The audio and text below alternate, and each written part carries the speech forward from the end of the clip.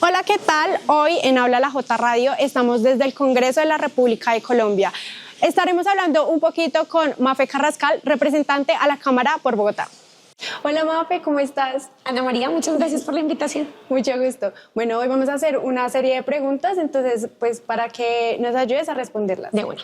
Listo, la primera pregunta es, y bueno, dando un contexto acerca de las elecciones pasadas del 8 de marzo, nosotros evidenciamos muchísimo, de pronto muchas peleas en redes sociales. Ese momento, ¿cómo fue para ti y cómo se evidenció de pronto también en tu vida personal? Sí, ¿peleas entre quiénes? Entre diferentes partidos. Ok.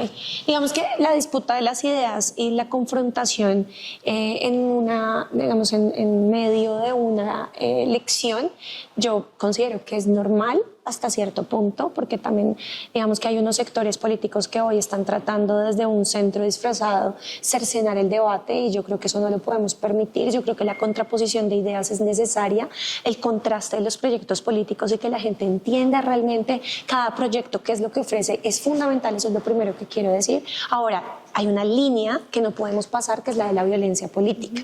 Y hay una violencia digital que es clara y que es mucho más, importante y arrecia mucho más fuerte contra las mujeres. Eso también hay que decir. Yo soy justamente la coautora de violencia política contra las mujeres, de una ley que justamente busca prevenir y sancionar estas violencias.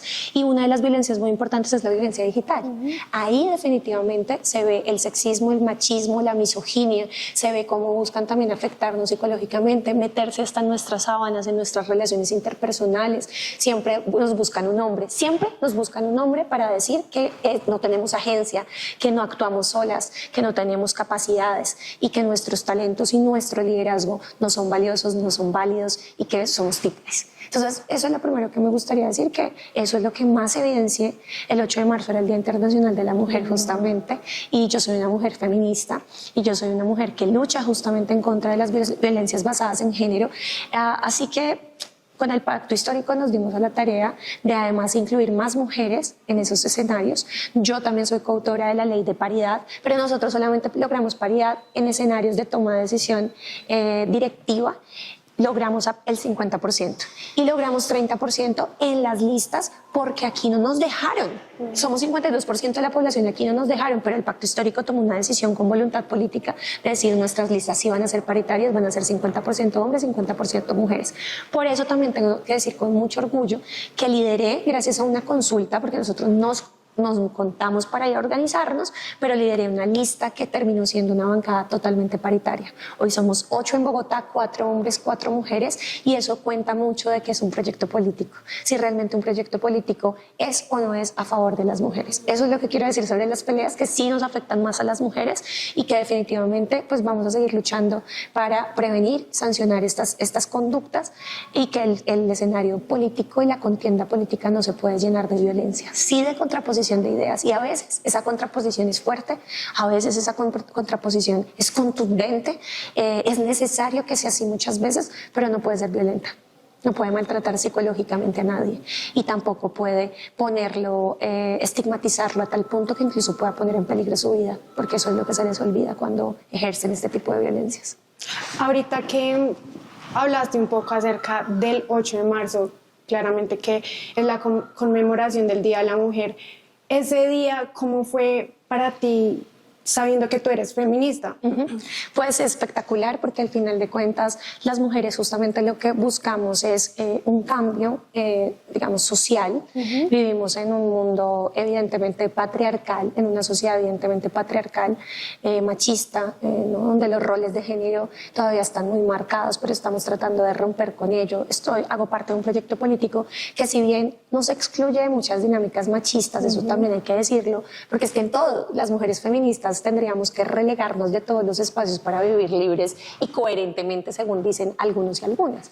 Obviamente que integramos un proyecto político que también tiene sus contradicciones, pero es un proyecto político que por lo menos sí se plantea los cambios que se necesitan, que tenemos acciones y logros concretos para las mujeres y que reconocemos que esas violencias existen, incluido en nuestro propio partido, ¿sí? Es distinto a otros, donde ni siquiera se hacen los cuestionamientos, donde ni siquiera escogieron mujeres para encabezar sus listas.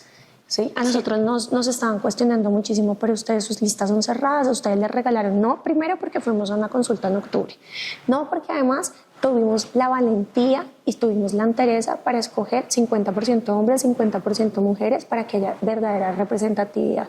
Organizamos nuestras listas en cremallera para que más mujeres entraran. Entonces, ¿qué es lo más importante?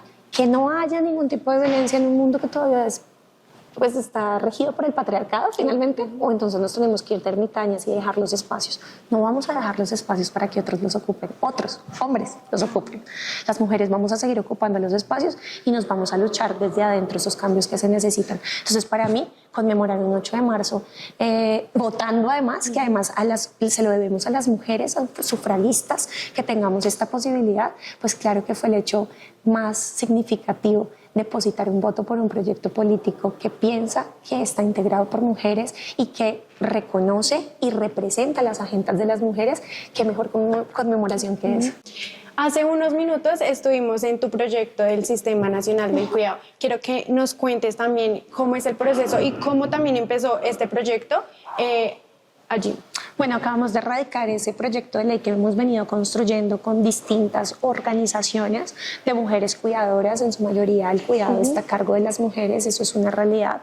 Y a las más vulnerables y a las más populares son a las que más perjudica justamente el no reconocimiento, la no redistribución de las labores del cuidado, porque además el cuidado no remunerado se convierte en una tercera jornada laboral para estas mujeres.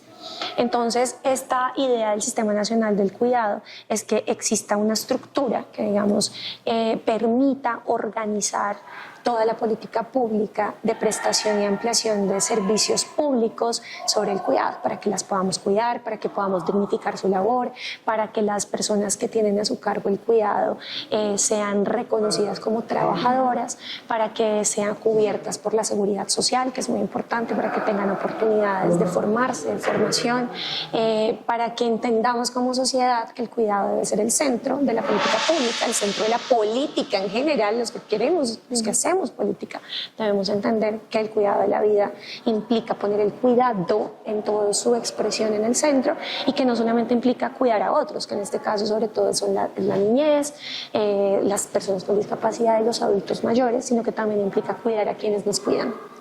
Eso significa el Sistema Nacional del Cuidado, que además permitirá tener toda la estructura para prestaciones o servicios del cuidado en todo el territorio nacional. Vas a tener un enfoque territorial y un enfoque de género, por supuesto. Mafe, otra pregunta, y es, ¿tú cómo ves el panorama electoral en estos momentos aquí en Colombia? Bueno, pues es evidente que somos la fuerza más grande que tiene este país. Crecimos en el Senado en 1.5 millones de votos y en la Cámara de Representantes en 1.8 millones de votos. Eso es un montón, más de 4.2 en la una y 4.4 millones en la otra Cámara. Y eso nos muestra que se han hecho cosas importantes por la gente, sobre todo poner plata en los bolsillos de la clase trabajadora, ¿no? La clase trabajadora con aumento de salario, pero también con la reforma laboral que tuve el honor de liderar en el Congreso de la República, pues le permitió tener más ingresos en los bolsillos y por tanto poder salir, consumir. Eso nos tiene también con cifras históricas en términos de desempleo, la entrega de tierras a los campesinos. Digamos que se han venido haciendo una cantidad de acciones muy concretas del gobierno nacional que han permitido todo este apoyo popular, particularmente en el último año, que se fueron concretando muchas de estas acciones, ¿no? Y con resultados y logros concretos que necesitamos profundizar en un segundo periodo. Pero ¿cómo vamos a hacer para profundizarlo en un segundo periodo? Dirán algunos, si ustedes no son mayorías en el Congreso, si ustedes sí somos la bancada más fuerte, digamos, logramos 42 curules dentro de la Cámara de Representantes, el siguiente logró 30. Y en el Senado nosotros logramos 25, estamos ahí disputándonos si va a haber 26 o 27, pero estamos por ahí, y el segundo logró 17. Eso quiere decir, numéricamente sí somos más. ¿Qué necesitamos para hacer mayorías? Pues hacer los acuerdos y las concertaciones necesarias con otras bancadas y con otros aliados que puedan sumarse a las agendas y los propósitos de nosotros.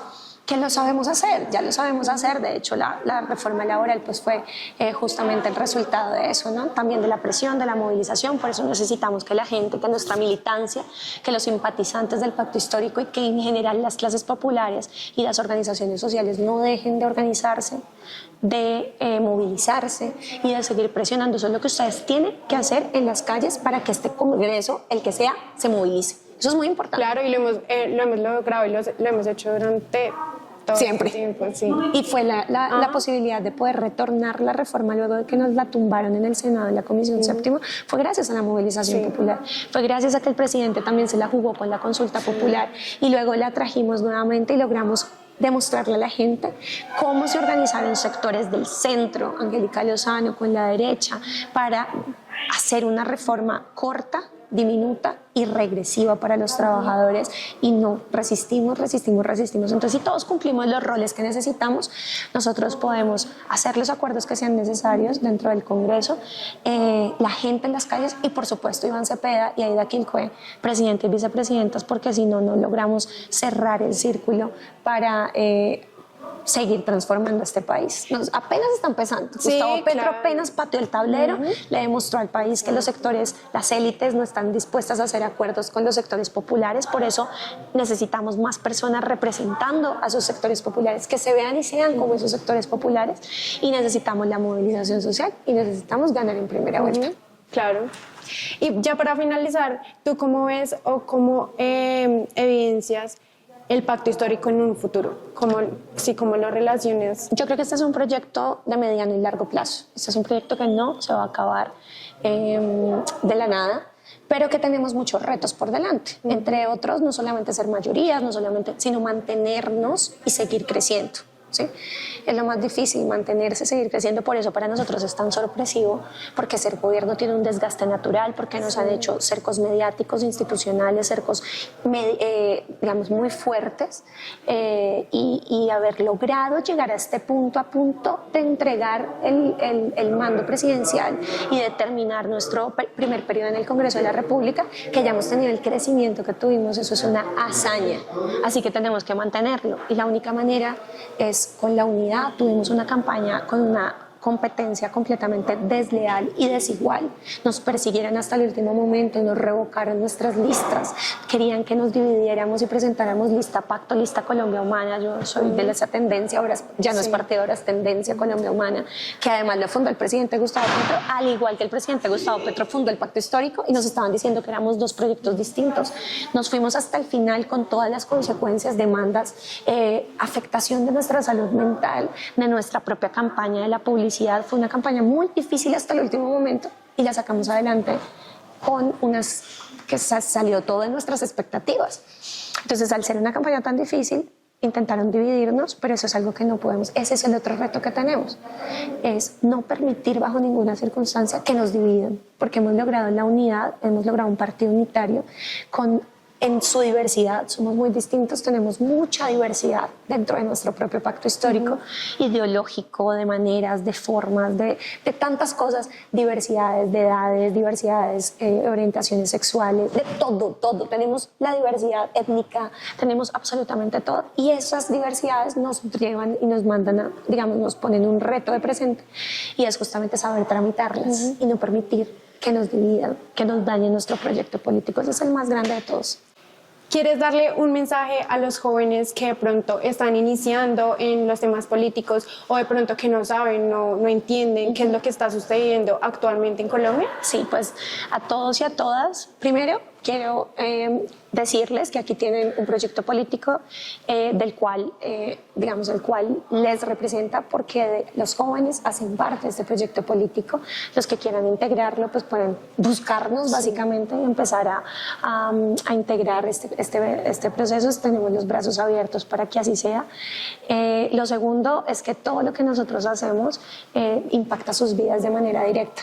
Así que por eso es fundamental que se hagan cargo de ello, no solamente votando, sino organizándose, haciendo incidencia. Yo lo hice desde muy chiquita. Yo desde los 18 años más o menos empecé a organizarme fuera, de la universidad. Eso es fundamental, empezar desde ya a hacerse cargo. Sí. Listo, esto es Habla la J Radio con Mafe Carrascal.